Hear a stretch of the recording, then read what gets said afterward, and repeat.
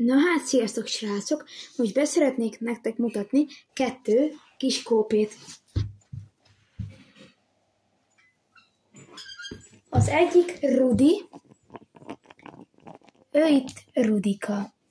Nagyon kis aranyos, pici cicuska. Ők most 3-4 hónaposak, majd megnézem a naptárba, már nem emlékszek pontosan. És nagyon okosak, játékosak, és gyönyörűek. És bemutatom a másik kópét. Roxit. Ő még játékosabb. Különben amúgy Rudinak van egy kis tüdőbaja, azt más ő is, mint Karom. Gyere ide, ne menj el. Ők tesók. Még volt egy tesójuk Tétis, de ő pár hete meghalt sajnos macskanáthába. Szóval ő Roxika. Gyönyörű szemei vannak neki is. Szóval mutatkozzatok be, srácok.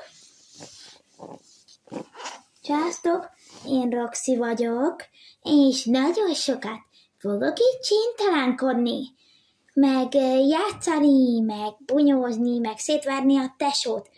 Ő a fiú, de én attól még sokkal jobb vagyok. Na, azt majd meglátjuk, hogy fogsz te engem szétütni. Hát tesó, neked nagyon lányos hangod van. Tudom, de majd ha nagyobb leszek, akkor a hangom nekem is más lesz.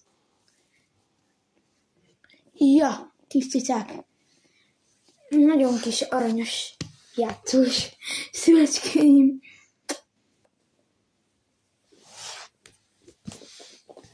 Remélem majd, hogy tetszeni fog nektek ez a videó, meg ugye a kis cicáim,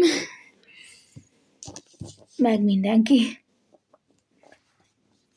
És most elmennek. Jó, Rudi, te mehetsz, most akkor roxizunk. Olyan szép szemei vannak ennek a kis cicának. Nézzétek meg. Gyönyörű. Igen, ahogy mondtuk, mint gondolhatjátok, lány, hisz Roxy, ő meg fiú a Rudi. Most meg, hát nézzétek meg, mit csinál. Na.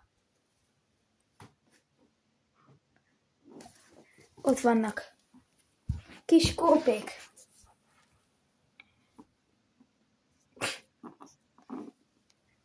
Igen, srácok. Ők olyan aranyos, játékos kis cicák, de srácok, ha tetszett a videó, nyomjatok egy lájkot és iratkozzatok fel, ha még szeretnétek ilyen tartalmakat látni kis cicákkal, mert még vannak kis cicáink. Szóval, sziasztok!